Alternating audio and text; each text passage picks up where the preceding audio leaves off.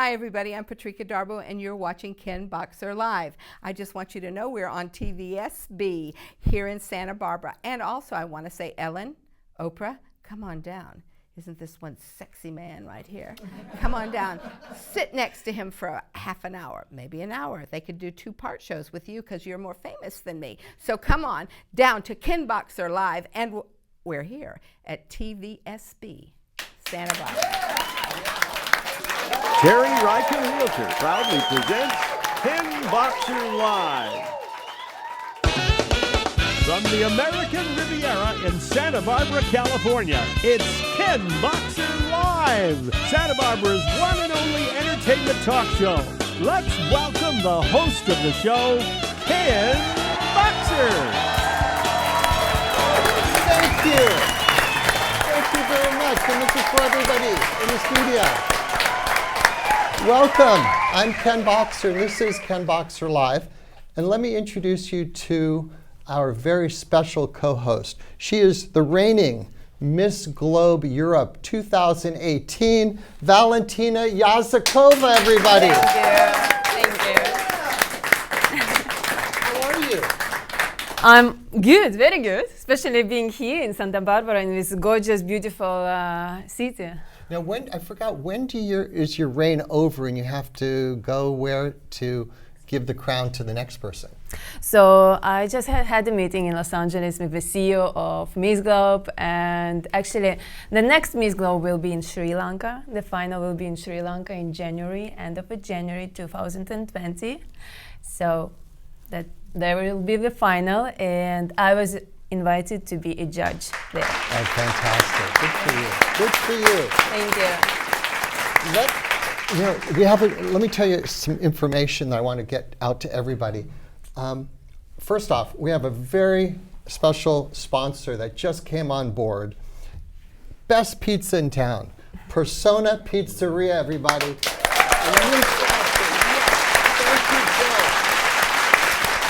Also, very special event happened last week.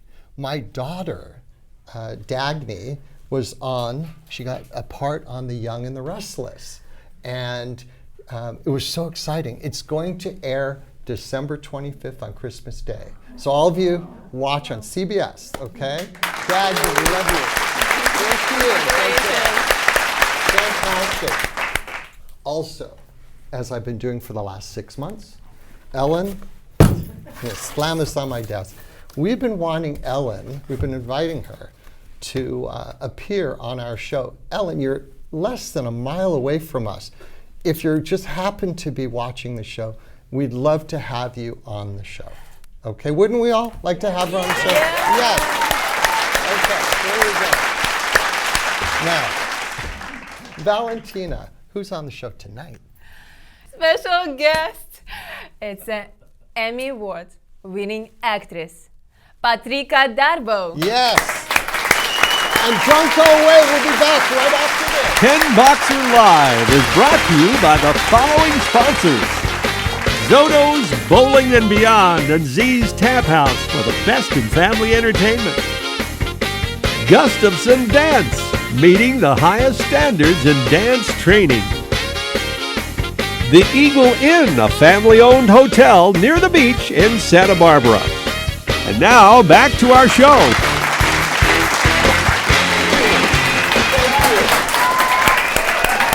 Welcome back. Okay, joining us tonight is the very talented Emmy Award-winning television actress and motion picture actress, Patrika Darbo. Now, Patrika, yes, is best known.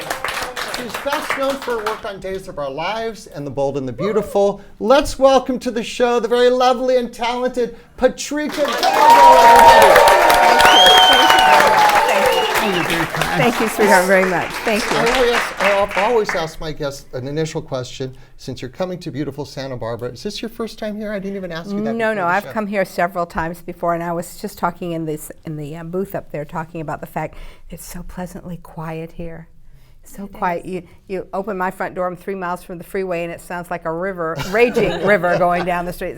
So it's just so quiet and peaceful. It's lovely. Well, I'm glad you're here. Aren't we happy to have her here all the way from Thank you. let's go back a little ways before acting. Do you even remember those days? When I was just a child, is what you're saying. Yes, I do remember those days. Growing up where? I grew up in Jacksonville, Florida, Tampa, Florida, Milwaukee, Wisconsin, and Atlanta, Georgia. Wow. And how did you get to California? My stepdad, well, I came to California, but my stepdad was with the Boston Braves, Milwaukee Braves, Atlanta Braves, and before he passed away, he was with the Houston Astros. Did you ever know Eddie Matthews? Yes, I did. Eddie Matthews, Hank Aaron, all of those. Eddie Matthews from Santa Barbara. He still? I didn't know that, but I have to say, those are the Braves I grew up with. Fantastic. Johnny Logan, all of them. Wow. Del Rice, all of them. Warren Spahn. Oh, honey, listen, I know them all from that point. Yes. I wouldn't even expect you to know all these names. This is great. But where did you do acting in high school? I did acting in grammar school. My mother said I came out of the womb, and she made me clear all that time. I was, Sarah, from the time I was born at this point. But I did it in grammar school, high school, scouts, college, community theater. I met my husband in community theater, and we got married on stage. Wow. And we did in a production called To Tie the Knot, starring me as the bride and him as the groom. We got married on stage. We had a reception on a set that he built for Barefoot in the Park about a young couple. And we've been married 46 years now. Congratulations. Okay, but that lends itself to that question. You're an actress in Hollywood. How do you keep the marriage together for 48 years? Marriage is not 50-50. Marriage is 100-100, because if either one of you have to give up half of yourself, you're not entering into it whole. Okay, so all your early life, you've been doing acting. But did you ever do anything else? Yes, I was a credit manager for 20 years. I was a lady executive. I had people working for me. And if you have JBL Speakers, I was their national credit manager for a while. I left them when the man told me that acting wasn't in the corporate image. And then I still wasn't quite sure of how well I was doing and what was happening. And I could never wait tables because it was kind of like, oh, I'm sorry, the broccoli went in your lap. I'm really sorry, that kind of thing. So I went to work for another company, and that was very fortuitous because I had a gentleman say to me at that company on the very first day he was there and I was back from having an appendectomy, "You're a woman, no more than a goat. Don't ever contradict me again." So after I told the boss that he had 20 minutes or 2 weeks and he was lucky I wasn't going to sue him, that's when acting started full time. Okay, but I have to ask you though, would you ever think of taking that Emmy Award that they just don't hand out to people that you won and go back to that person who's talked negatively about your being an actress? Would you like to just go up and just say? I'd like to shove it. Excuse me. Sorry. Yeah. You know what? I think we are all in a place, but I think sometimes we all have little self-doubts about how successful we are. And had I sat down and really looked at my accounts and saw that I was making more money working part-time acting than full-time doing this job, I would have left sooner. But I think we're always in a place that we should be, and but don't devalue yourself, and don't let anyone ever tell you can't have your dream. Well, how did you get the jump to California, to Hollywood? My friend and I got in the car and decided we were leaving. So we drove across the state, and then we bought some land in Arizona. That's another whole story. I still own like 5 acres of Arizona desert. They graded the roads, and it's kind of like, what? Anyway, another whole story, folks. There's no water, there's cows. I mean, it's just... You still own it? I still own it, yes. And what are you going to do with it? I'm going to put a trailer on it, and I'm going to live there and have the water carted in. Okay. I don't know. So you get to Hollywood. About what year was that? 1970. Okay, and you didn't have an agent, and you just... I needed a job. So what was your first? What was your first acting job? I had worked for C&S National Bank in Atlanta, Georgia, and I had done credit investigation. And when I came here, there was a job opening, and that's the one I took. As I said, I'm not really good at waiting tables, and you all have to realize that I was like a 22-year-old that weighed about 250 pounds. You don't do really good waiting tables anyway like this. So and it just everything works out. It parlayed in. So joined Weight Watchers. Best thing going. Hello, Oprah. He'd like you to be on his show too. Yes, very much so. So come tout that Weight Watchers. Anyway. Okay, we're about to see a video. Let's take people to this moment, what we're about to see. Can you lead us up to that? I'm not sure. I think we're talking about my Emmy win in Acting Dead. And we're still trying to get season 2. Anybody out there's got money? Oprah? Hello? Anyway, it was a wonderful experience. I am the first actress to win the new short form category, which is a series that's 15 minutes or less. And so I was very blessed to do that. And the only thing I can vividly remember about that was, please God, don't let me fall up those stairs. And Ryan Seacrest helping me to the podium and stuff. So it was amazing. Well, let's watch Patrika Darbo, everybody, getting her award. I've been in the movies, the soaps and TV, from Hagen to Meisner to Stanislavski, to starring with zombies and brain-eating freaks, to singing the song that I've practiced for weeks. She took the rise of stardom with her talent and brains, just knocking them dead and eating all the remains. So kudos to my fellow lady nominees, showing our dramatic versatility. Show us fear, surprise, anger, joy, love. Uncastable, relatable, and Emmy nominatable, Patrika Darbo.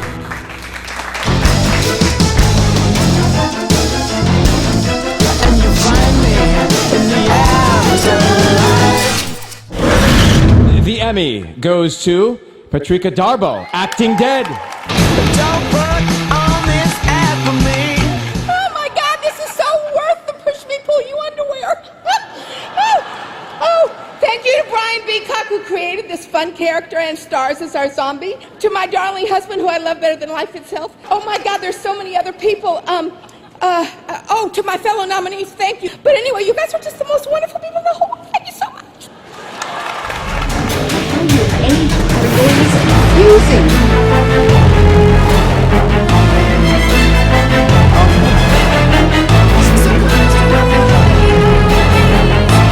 Don't worry, it's only going to hurt a little, but forever.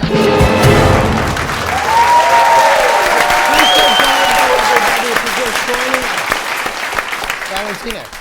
So, Patrika, how was it? How was it to win? Were you expecting? Have you prepared the speech beforehand? No, I have to tell you, the song and dance that you saw there, they approached all of the nominees and said, in 30 seconds, tell us what you do to not just as an Emmy, but as an actor, what do you do? They asked directors, what do you do? But you had 30 seconds as a nominee.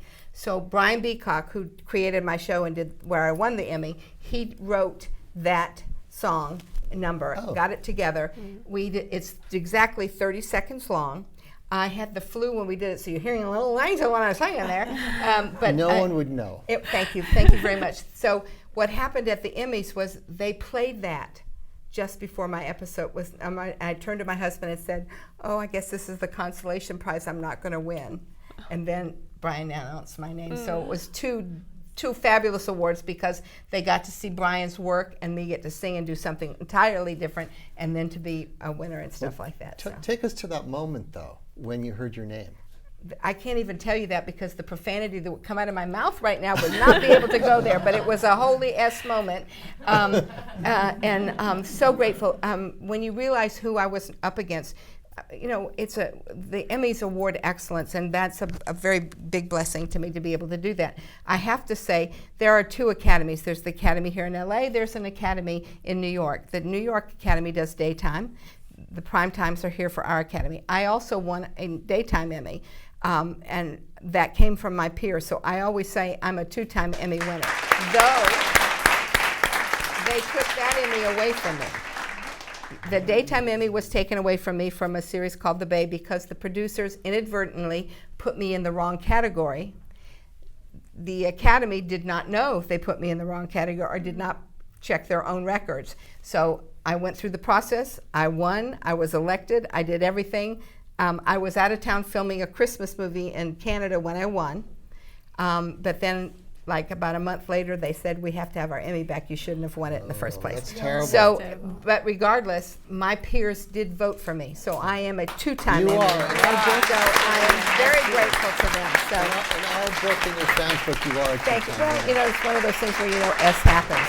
And this was one of those moments. I was nominated for Days of Our Lives. So I am a 3-time Emmy nominated, 2-time winning. Get another round. Thank you very much. Ellen, come on the show. does Acting Dead come about for you?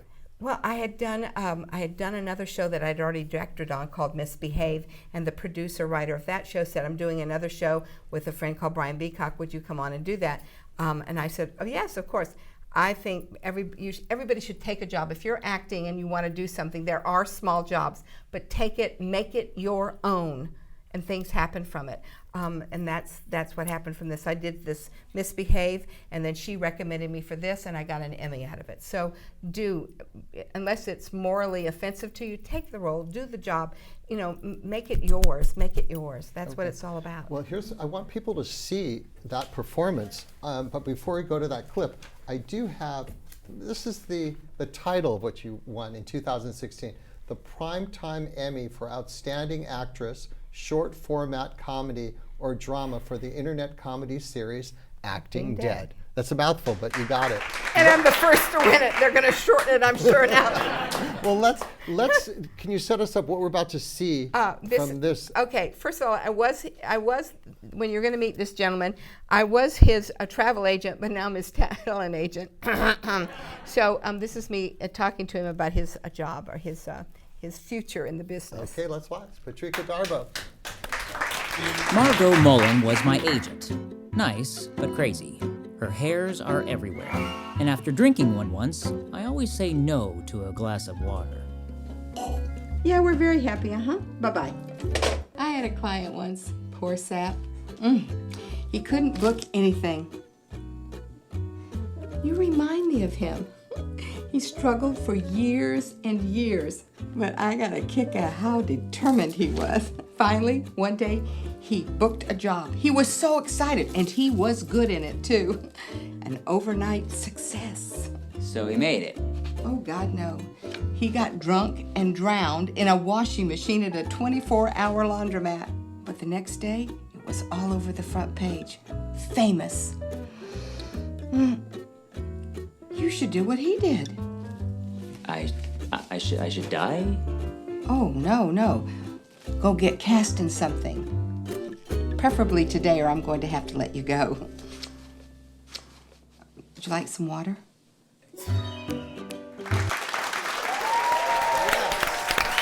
Patrika Darbo. Valentina, question. Yeah, so I can see from a scene with your acting partner, he had a very embarrassing moment. What was your most embarrassing moment in your acting career? Golly, I'm not sure if I've had embarrassing moments in my Coming here, right? No, I mean, I don't think I've ever had something that I was embarrassed to do or anything like that. I've worked with so many. I don't think I've had an embarrassing moment that I can think of that would put me down. I'm sure my publicist over there said, "Tell him about this," but I don't think so. I'm very fortunate. Blessed, I mean, I've worked hard and been very blessed about the things that I do. I've worked with so many wonderful people. Well, tell us about working on Seinfeld. You know, she was on how many episodes? 2. 2 episodes of Seinfeld. My God. Yeah. Come on, that's an iconic show. I had done the first one. I did their show. I'd just been cast in the Step by Step, the new show that was coming out with Patrick Duffy and Suzanne Summers. I was playing her sister. And this show shot before that. We went into production for that. And I got to play, I was on the board that Jason Alexander was on when he quit, and then pretended that he didn't quit and came back. And he told me he was going to snatch my hair off at the bar. That was the first one. And then I had done In the Line of Fire, that Jerry had, the film with Clint Eastwood and John Malkovichs that Jerry had seen. And so they had this one little line, and would I come do it? And I was very blessed to be asked to come and just do that role for them. But and I stuff loved like that. you in that scene. We don't have the clip, but you can see it on YouTube, where Newman from Seinfeld comes up to you at the... It had been all about touching material, and Newman comes up like this, and I start screaming for my boyfriend, Johnny! Johnny, You he's gotta see touching the me. scene. People have to see that. It's just, so you know, funny. Again, blessed to be able to be in those iconic shows like that, you know. I mean, I've done so much. I mean, I started with the Jeffersons and Give Me a Break and all kinds of old shows. So I've been very fortunate to do a lot of stuff. But I saw your performance, and it was just stellar as Roseanne Barr. Oh. You know, Yeah, It was wonderful because I did Roseanne and I played Dan's dream lover on the show. I was Marge that worked in the hardware store, which was wonderful. And then NBC and Fox were doing the shows on Roseanne at sync together, and Fox had us come in and offered us to stuff, and then NBC and stuff, and NBC was where we went. Stephen Lee, who played Arnold, he's since passed away. It was great to be the queen. It was wonderful. I saw Roseanne, and we were in an elevator together. We were both at doctor's offices, and she was getting on the elevator, and I was still going up, and she had said to me, "I liked everything you did, but I don't like you crying." So it's like this is what they asked me to do, and this I did. So again, I've been very wonderful because she treated me very nicely, and she didn't treat the other lady that played her on Fox that kindly, but. Again, I've been very, very fortunate in my career. Well, you've had an illustrious career, and your body of work is enormous. Is it difficult for you to go into a casting and have to sell yourself when you already have a 3-time nomination of Emmy, you've got an Emmy Award, and you have to go to a casting director who may not even know you? Well, and sometimes they don't, but it's the old thing. Remember, years ago there was the actress Shirley Winters who won the Oscar, and Shirley Winters went in there, and the guy was like, "What? Tell me what you've done." And she put her Oscar on the table and says, "You tell me what you've done," that kind of thing. You know what? The business has changed so much, but for many times that I've done it, and yes, the casting people. If I could say anything to young actors coming up, the secretary at the desk could be the casting person tomorrow. No one should ever have to tell you to be nice to someone. Just be nice. The world would be a much better place. Sure. I'm very fortunate because that's one of the things I do is I treat people the way I want to be treated. The business has trained where I used to go in and you'd walk into a room and the producers and the writer and all be in the same room. And there were only 5 people auditioning. Now there's 50 people auditioning. You walk in there, the casting director is reading with you as she's working the camera, or if you're fortunate, there's a camera person and she's reading with you down here. So it's just a whole lot different. But you get used to it? I mean, you always get used. You still have yourself? that kind of like, what's going on? Sure. And it's not so much selling myself. I wouldn't get in the room if they didn't know who I was. I wouldn't get in the room if I wasn't talented, because they have to maintain their reputations too. It's just that when it's a pig in a poke anymore. So. But it's easier now to get in the door. No. No. No. No. Even it's with harder an Emmy? now because it used to not even with the Emmy, with the 2 Emmys. No. No. It's not. It really isn't. It's like. The writers have an idea, the casting person has an idea, the producer has an idea, so now they want to see 50 people.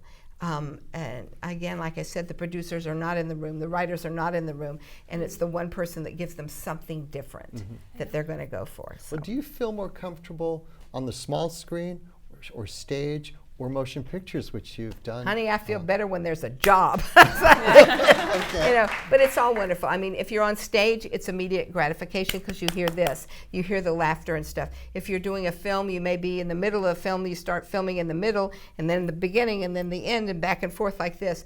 Episodic television is kind of the same way because you may film the last scene of the thing. Sitcoms are generally day one, Monday you get a script. By Friday when you shoot, it's not the same script you had on Friday, so it's always a learning. The hardest work I've ever done is soap opera. Yeah, explain that. That's 40 pages of dialogue a day. They shoot a movie script a day. It's the hardest work ever any actor has done. And if you're not prepared to come in and have that memorized, you better not take the job because it moves fast and you need to be on point. Well, it's a good practice ground, right? I mean, it's good to I think it's to the learn best your skill. training you can possibly have. It is, but again, like I said, a movie script a day, so that's like 100 and some odd pages of dialogue a day. And if you're in 4 shows a week, or like when we were heavy, someone said to me today, they remember me as Chloe's mom from Days of Our Lives. When I first started on there and we were doing stuff, we were our characters ran continuously, which was usually 4 days a week. So that's 40. 80. Right. So that's a lot of pages. So I didn't leave my sofa. I was like memorizing. But you were on both soap operas at the same time? No, only on days at that time, and then I was fortunate enough to have Brad Bell ask me if I would come and do Bold and the Beautiful, and I played Sally Spectra's grandmother, Shirley, on that one, which was a wonderful experience. And so, I mean, I've been very lucky. Well, the only soap I haven't done is Young and the Restless. Your daughter's enemy, what the hell? But did you ever get mixed up when you're on one soap opera and then all of a sudden, I mean, you're a professional actress, I'm sure it didn't happen, but do you ever in the back of your mind going, God, where am I today? Not really, because because when you're booked and you're under contract for this, you don't get to do other stuff. So you're only on that thing. What happens in soap operas sometimes is Monday's show may say, oh, see him over there. The next day on Tuesday you say, oh, he's over there, see him? And then on Wednesday you go, did you see him? He was over there. So trying to keep all the pages and stuff different sometimes is a little hard when you're memorizing it, because until Friday they don't resolve everything on Monday through Friday. So that's why the soaps take so long to get where they're going sometimes. What show were you most gratified with, I should say? What were you were challenged and you got through it and you go, my God, that was unbelievable, I made it through that show? You know, I don't know if I really had a lot of challenges and stuff. I mean, they give you the script and you do the best work you can. It's like in any job, you want to be the best you can. In the Line of Fire was a wonderful experience because I didn't get to work with Clint Eastwood. I worked with John Malkovichs, to which he killed me. And he killed my roommate, and it was so I had two scenes. Describe the scene. I don't know that scene. Okay, in the scene, I meet John Malkovich in the bank, and he is the bad guy, and he's talking about him being in Minnesota. That's where he's from, and I go, well, I'm from Minnesota too. and he's like, like this, and he comes to my house and kills me and kills my roommate. That was kind of like, I've never been killed before, and he was such a consummate professional. He made sure that we all knew that we were going to break my neck on 3, not on and 3, but on 3. And my poor roommate was her first job, Mary Van Arsdale. She's a wonderful singer actress. He kept throwing her against the mantelpiece and breaking her neck all day long and stuff like that. But the blessing of that was that Clint Eastwood, who I didn't work with, loved the scene that John and I did in the bank and hired me to do Midnight in the Garden of Good and Evil. So it's that kind of stuff. You never know. Again, just go in and do the best work you can, and it leads to the next thing and the next thing. You know, we only have like about, if you can believe it, a little over a minute. Oh, I'm sorry. I just talked too much. No. Talked it all. No. What are some of the things that you're possibly working on coming up? Do you have anything? Oh my gosh! I just finished a film called Lulu about a young. It's a transgender story about a young gay person in Arizona who's having trouble, and which was a lovely experience. I just finished working with Sean Kanan. People may remember him as Deacon from Bold and the Beautiful, and General Hospital he was another character, and Bold and the Beautiful he was another character, but he just wrote a series that I'm doing for him. I just finished doing, there's a show called Vinyl Child it's based on a real family who adopted a Cabbage Patch doll. A Cabbage Patch doll, sorry. I'm a very busy person. You are. But in Vinyl Child will be wonderful. It's based on a real family who raised a Cabbage Patch doll as their own child for over 16 years. They talked to him. Do you want to go to the store? Yeah, Mom, I want to go. Okay. So that kind of stuff. What else have I done recently? Well, I'm just millions. I'm busy. You're busy, and that's what an actor should be. Thank We're you. so happy that everybody. Patrika Darbo. Thank you. Everybody. Okay, well, that's our show for tonight. We hope to see you all again really soon. Okay, so for my guest, Patrika Darbo, and our director, Ria Nishimura, and for the entire KBL crew, and my special co-host, Valentina Yazykova. I'm Ken Boxer. Good night, everybody. Ken Boxer Live is brought to you by the following sponsors. Terry Ryken, your broker with a personal touch for all your real estate needs. Gustafson Dance, meeting the highest standards in dance training. Spa Sia, the best in Santa Barbara for holistic facials, waxing, and massage. The Daily Grind, espresso, juice, and deli. Spud Nuts Donuts. Zoto's Bowling and Beyond and Z's Tap House for the best in family entertainment. Persona Wood-Fired Pizzeria. It's simply delicious. The Magic Castle Cabaret, your one and only place to see magic in Santa Barbara. The Eagle Inn, a family-owned hotel near the beach in Santa Barbara. Petrini's Family Restaurant. La Quinta Inn and Suites. Country Catering, Meat Market and Deli, Lito's Takeout, Jack's Bagels and Bistro. The Ken Boxer Live musical theme composed and arranged by Mr. Michael J. Leslie.